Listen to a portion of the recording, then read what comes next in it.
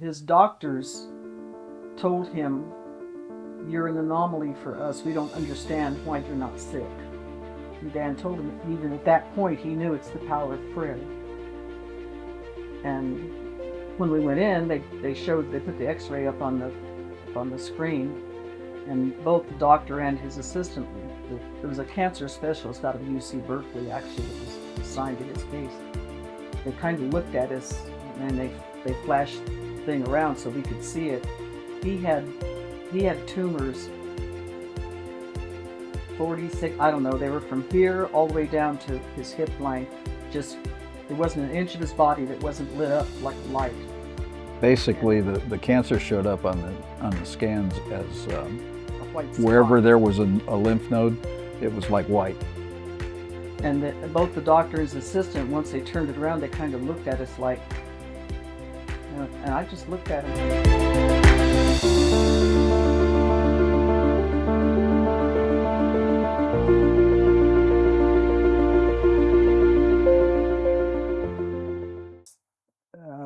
A real quick little background as far as where it started. In 1968, I was in the Air Force and I was sent to Vietnam. And during my time there, the government was using a defoliant that was made by Dow Chemical to do away with the jungle foliage so they could see the enemy. At that time, I was exposed to that defoliant, as were many other veterans. And that's where I got the initial exposure to Agent Orange. Moving forward to 2020, as a result of that exposure, I was diagnosed with an advanced stage of cancer, lymphoma. At that time, we were told that had I not come in at that point, that my expectancy would have been in terms of months, not years. So we were told by a doctor that was leading the charge at that point that there were a number of options of treatment, but the one that we chose was recommended by him was the most harsh treatment, but it also had the best chance of my survival. So that's the route we went. We started treatment about a week, 10 days after the initial consultation. And it was a chemochemical that they put in through a port in my chest that was surgically implanted. That about once every 3 weeks I would go in for a round, and it took 6 to 8 hours of sitting in an isolation room in a chair where they would pump this stuff through your system, and you just sat there while it was going on. It was painless, but nonetheless it was going on. The chemical was so toxic. It's important to know that the isolation room was necessary because the chemical they use in this R-CHOP, which was what they called this stuff, was so toxic that when the nurses were administering it, they had to wear hazmat suits because this stuff would, if it got on your skin, it would destroy it. It basically destroyed everything it touched. So following each treatment for a week, they would load me up with steroids and all kinds of anti-cancer meds and an injection nightly that she had to administer that was given to increase my white blood cells because this stuff tore your bones apart as well. So those treatments went on for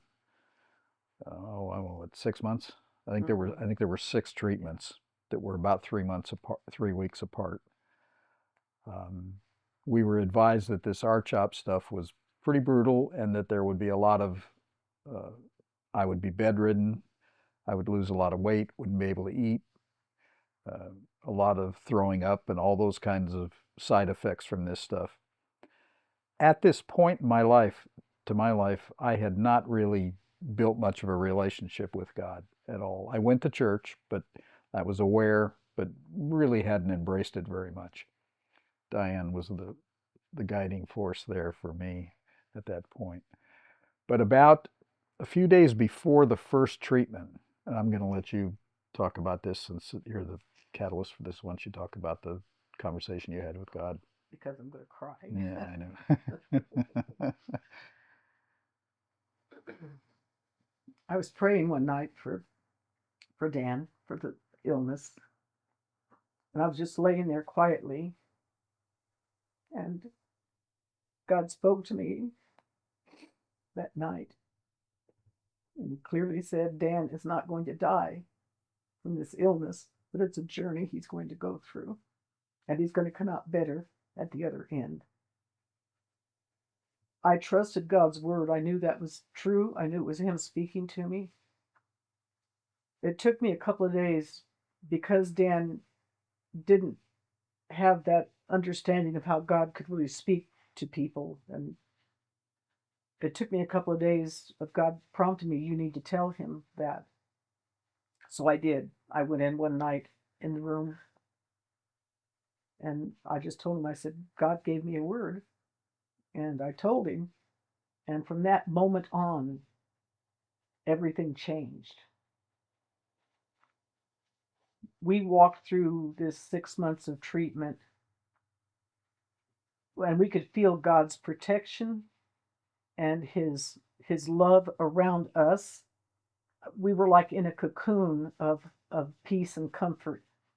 Dan did not experience any of the side effects that they said that he would be experiencing. He did not have the nausea. He was not fatigued. They told us initially, and these are things I remember specifically that Dan may not have paid a lot of attention to. He was down to 147 pounds when they started the treatment, which was like 25 pounds less. And the nurse that was administering the treatment said, you will not gain any weight while you're going through your chemo treatment. And I came home and I really felt God's guidance through all the things because I didn't know anything about what's the best thing to do. And I bought protein powders and I started making protein shakes every day. And within about a month and a half, he'd gained back 15 pounds, even while he was going through chemo. And we would go for his chemo treatments, and sometimes when we left there, we'd go out shopping. People couldn't believe that he was out and about and uh, not suffering the sickness. His doctors told him, "You're an anomaly for us. We don't understand why you're not sick." And Dan told him, even at that point, he knew it's the power of prayer. And I understood at the beginning that there's many things the enemy means for evil for us, and God can take those for good. This is a perfect example of that. God used that year, the 6 months in treatment, and then for 6 months after that. From the very first treatment session, we came home, and I was reading my Bible, but I hadn't thought about anything more than that. But I knew that Dan needed to be involved in that. And one night, I was sitting here reading my devotionals, and I went to the door and I said, "Do you want me to read the devotionals to you?" And he said, "Yes." So for that 6 month to a year window, every single night, Chris Tygreen is a spirit-filled Christian author who writes devotionals. Excellent. Every night, and sometimes in the afternoon, we read an hour to an hour and a half. We just read. We read through Hearing the Voice of God probably 4 times, and other devotionals. That's what we relied on. That's what he learned because he could ask questions about things that were said. Um, that's what kept us. Our whole house was. I told him the other day. I said I finally realized what the single word that I could use to describe what we went through. There was no fear. We had no fear about that it wasn't going to happen, that he wasn't going to be healed. We had no fear. We had no fear at all. God simply just embraced us so completely that we were able to go through this and almost live a normal life, even while having all these chemo treatments.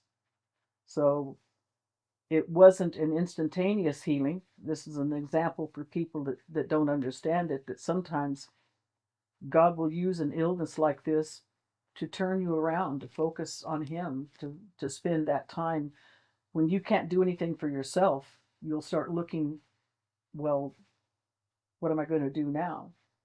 And I think for Dan, it opened him up to really receiving all that God had for him, and his relationship with God grew 1,000% from what it was when he started. When he came out of this, he was a different person. I mean, literally a different person. There were we talk about the chemo treatments that went on for 6 months. It was actually longer than that. After the 6 months of what they call it, I forget what they kind of injection they call that, infusion therapy, I guess it was. Uh, After the first couple of treatments, um, the power of God was so strong that they weren't anticipating this. But after the first couple of treatments, after each treatment they would do a PET scan or some other kind of scan to determine what was happening. After the first two treatments, they did a scan and they found that my body had already responded so dramatically that virtually all the, I'd say 75–80% of the glands that were affected with the cancer were cleared up. And they kept checking that, and it kept getting better and better at a very rapid pace. But at the end of the 6 months, excuse me, they decided to stop the chemo because I was pretty much done. But they said there was still cancer in the tube that encases your spinal cord that they couldn't get to with the infusion therapy. So we went through 4 more months of spinal injections with this stuff, with the same week-long process after. So the treatment in general was a year, but she's absolutely right. During that period of time, it was early in that period of time that I recognized that this was one of those situations that there was no way you were going to describe what I went through and not attribute it to God. There was no other answer why I didn't go through all this stuff that everybody goes through.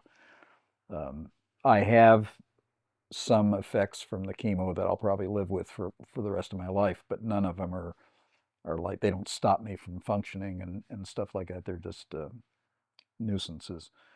But the comment she made about a lot of people's coming to God is like an instantaneous event in their lives or something. For me, it took a year. Basically, that whole year was when I opened up and I realized that I was then able to look at my life in total and see all the events that occurred in my life that, looking back on them with this new knowledge, were obviously his hand in my life.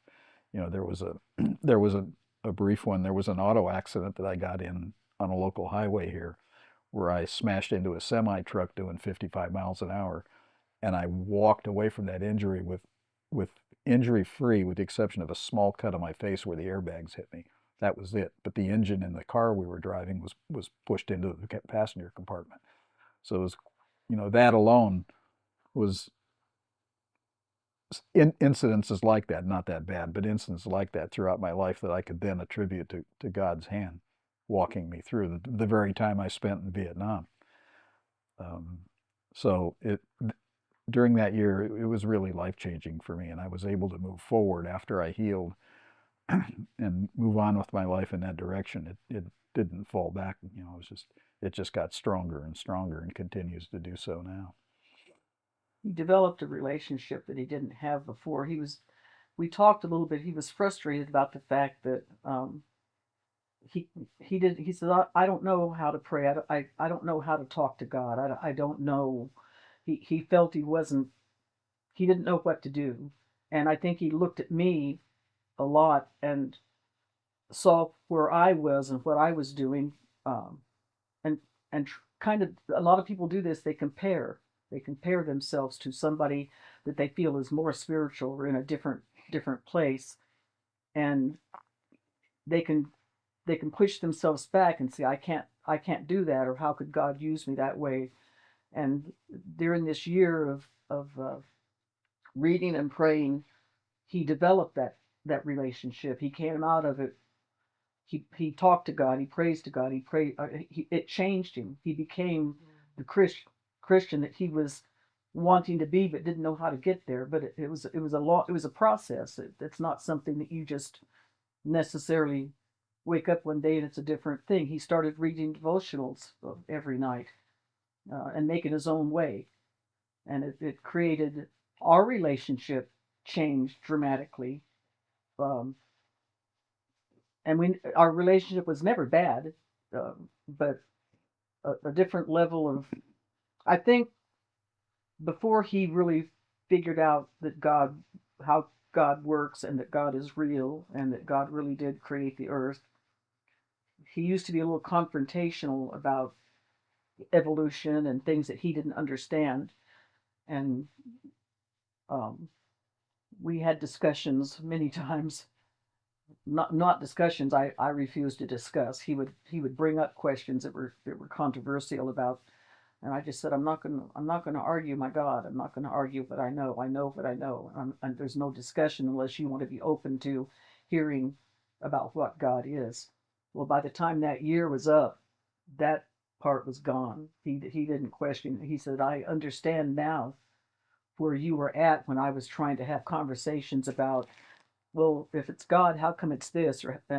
And understanding came along with the healing, complete understanding and knowing that God is real. He showed himself real, and that's something you can't convince other people of that. They have to feel that, they have to experience it.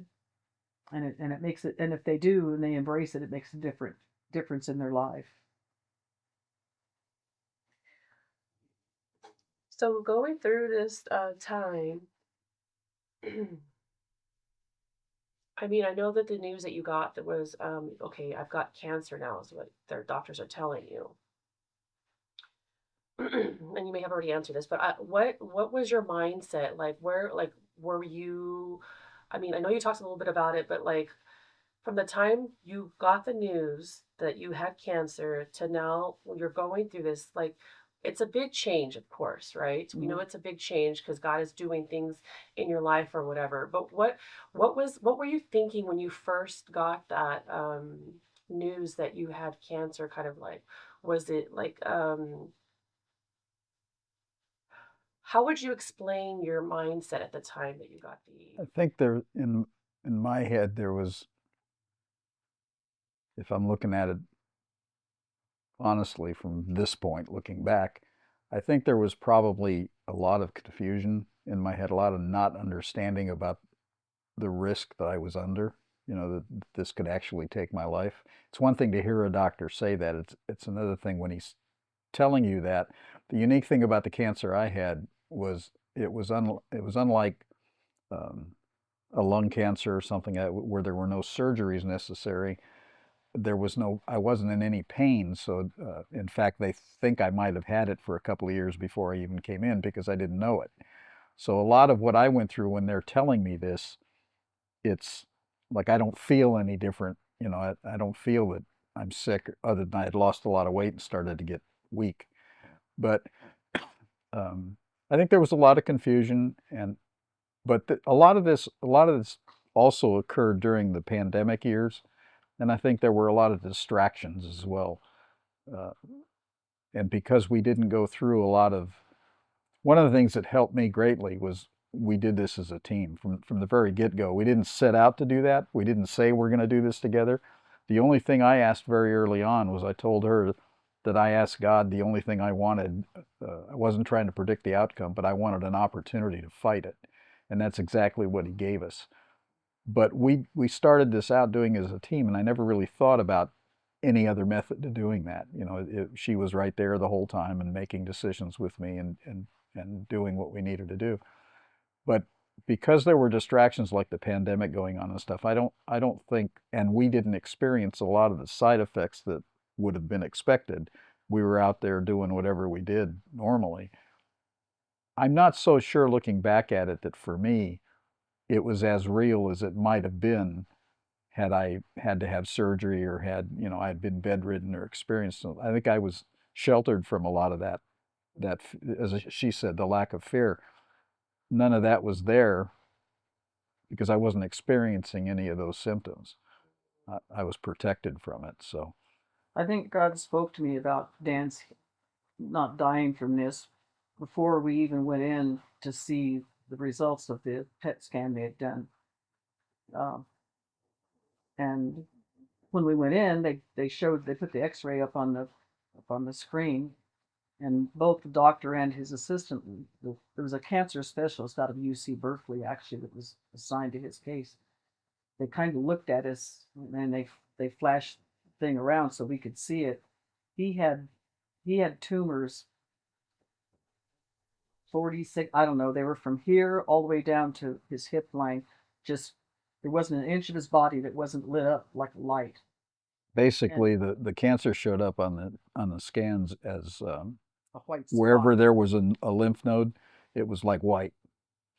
And both the doctor and his assistant, once they turned it around, they kind of looked at us like, and I just looked at him.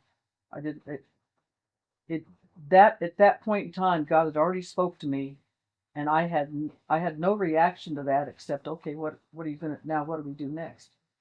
Never for one, not for a second after God spoke to me that night, did I not understand and believe that He was going to do what He said. Mm-hmm. Never. I've always had a great deal of faith. I've always been very strong in my faith in God and what He can do. And I think at that point, I think Dan, he hung on to me. He said, I'm going by your faith." Mm-hmm.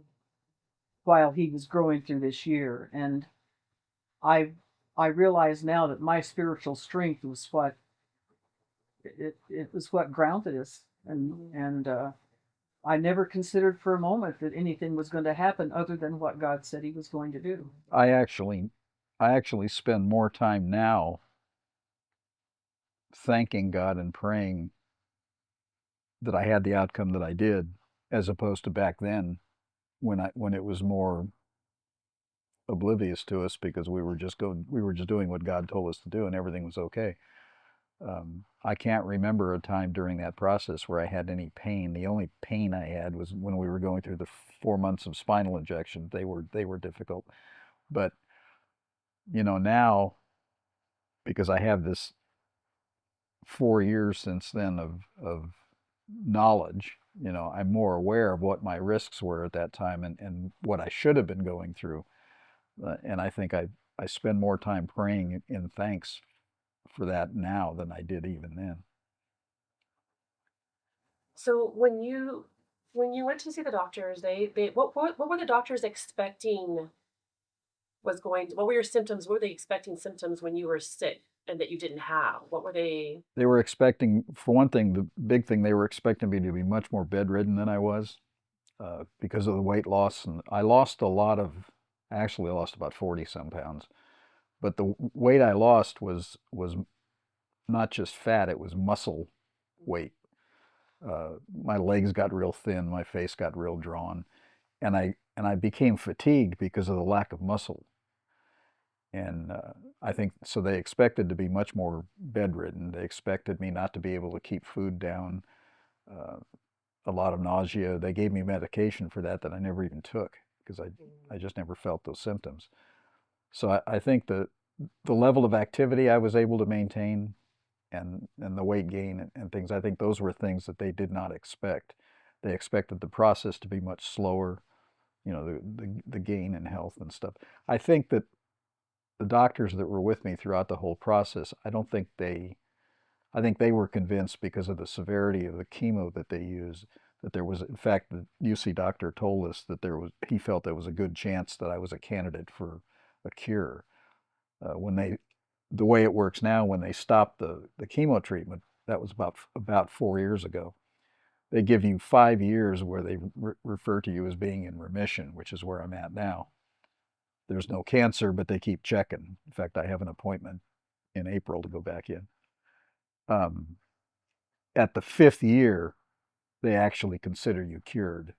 And then from there on, numbers say I have about a 30% chance of it ever returning, more than someone else would. And it can return in any form of cancer, not necessarily the same cancer I had. But that gets less likely as I get older, as I go through the years. But I think they were expecting it to be a lot rougher road in general. They were constantly checking on me. The PET scans that they did were always clean. In fact, they stopped doing them after a while because they did a different kind of check because they said that the radiation that was used in these scans was actually bad for me. So when they saw that it was not showing any cancer, that they started slowing down the frequency with what they did those scans. And now they don't do a scan unless there's a reason for it. They'll probably do one more before they finally deem me as being cured. But it was amazing. It was truly amazing. Dan, I wanted to ask you the verse. What can you share with us as far as what chapter, what verse in the Bible would you say that held you that kept you grounded during this time that you were going through what you were going through? Specific verses are tough for me because I don't do a lot of reading.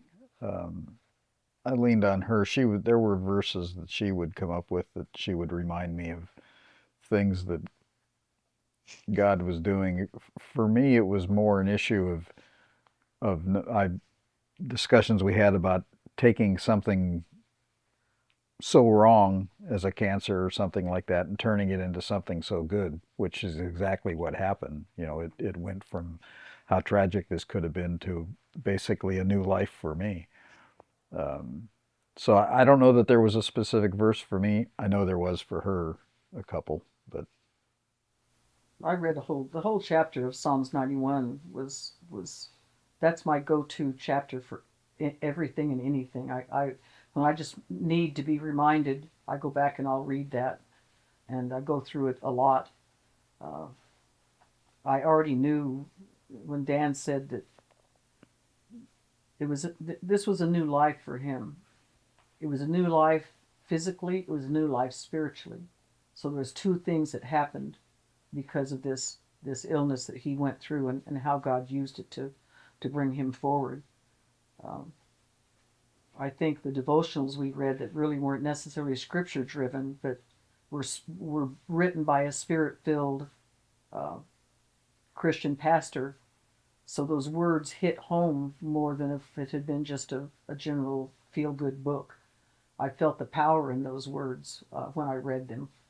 So it gave us a lot of comfort. And obviously, we read through it. I still read it over. I've read through it. I don't know how many times now, but a lot of the time we were going through then, as I said earlier, was during the COVID time, and we weren't attending any churches at that point. There was about a year there where we didn't go to church. So we spent a lot of time here at home reading on our own, and we watched a lot of stuff on television, brief shows that were coming and going. So, and a lot of it, quite frankly, was just discussions we would have between each other. We would talk a lot about how we were feeling or what we thought God was doing at the moment. Um, I think you had asked earlier about uh, what I might want someone to take away from all this, from my experience. And I've never really thought about that in terms of telling anybody what I learned or what they could learn from this. But I think if I had to think about that much, you can't when you're going through something, you have to find. It sounds kind of corny, but you have to find a rock. You have to find something that you can hang on to, and maybe even at times distract you from what's going on. For me, it was building my relationship with God and getting deeply into those kind of thoughts and stuff, and not thinking about what was going on so much now, but trusting that the conversation she had with him, for some reason or other, in my instance, the conversation she had with him when she told me about it, it stuck. I never doubted it.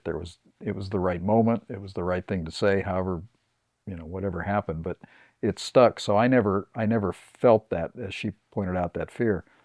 But I think I spent so much time praying and talking to him. The time I did spend, I used that room a lot, and the time I did spend in bed, almost all of it was spent talking to him.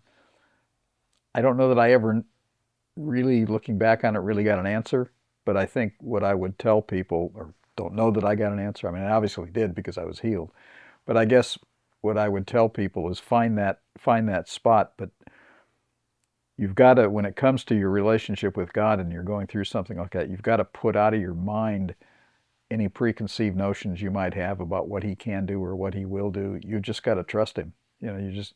That's a hard thing to do, but you've just got to put it all out of your mind and give it. They say give it all to him, and that's what you have to do. Otherwise, it won't work for you. But for me, that's what I did. There was just something about that moment in my life during that year, there was nothing else I cared about other than building that relationship with him. And that worked for me and continues to work. So, not only did your relationship between, you know, your marriage together, I mean, we talked a little bit about it, improve, but also your relationship with God kind of thing too as well.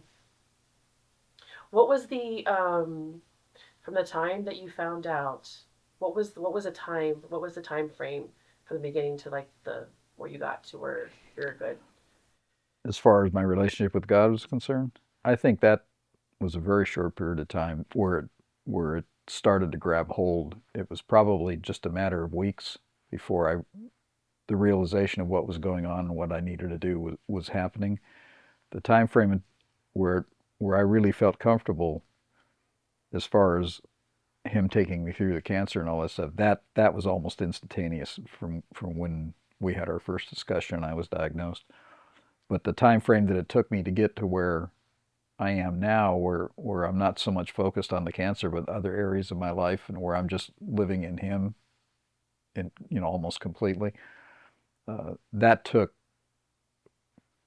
quite a while, quite the most of the year, you know. So, as I've told other people, for me there was no moment, you know, of realization. It was a process for me, you know, going through it, and it was slow. It was pretty much close to that whole year when I went through it. I know after the treatment stopped and I realized that the healing was actually going to happen. You know, it wasn't something that was just a pipe dream. About that, which was at the end of that first year when the cancer was really gone. You know, the step I had to get over after that point was, well, okay, I'm 30% more likely to have it return than anybody else would. So there was a short period of time where I had to get over that, well, is it really gone, or is it gonna come back, you know? But I think I got over that too. And now the way I look at it is, it's not a matter of if it comes back or I get any other kind of sickness or anything like that. That's not, I still have God to rely on and to pull me through those times in my faith. So it took about a year. I think the first thing they should realize if they're facing a really serious illness, something that can be life-threatening, is once you get over why is God doing this to me, and realize that that's a pointless question to ask. If you'll focus on hearing from God in your heart and your spirit, even if you've never been a Christian, if you focus on hearing God, asking him to speak to you, to show himself, and it's truly what you want, he will show himself, and he will take you through whatever the process is you have to go through to achieve the goal that God has in mind. Healing can be a lot of different things, but there's never a serious illness you want to go through that you don't have God on your side or leading you through it. You're going to come through it different. If you don't come through it and it's something that ends your life, you still want your hand in God's hand at the point that comes. So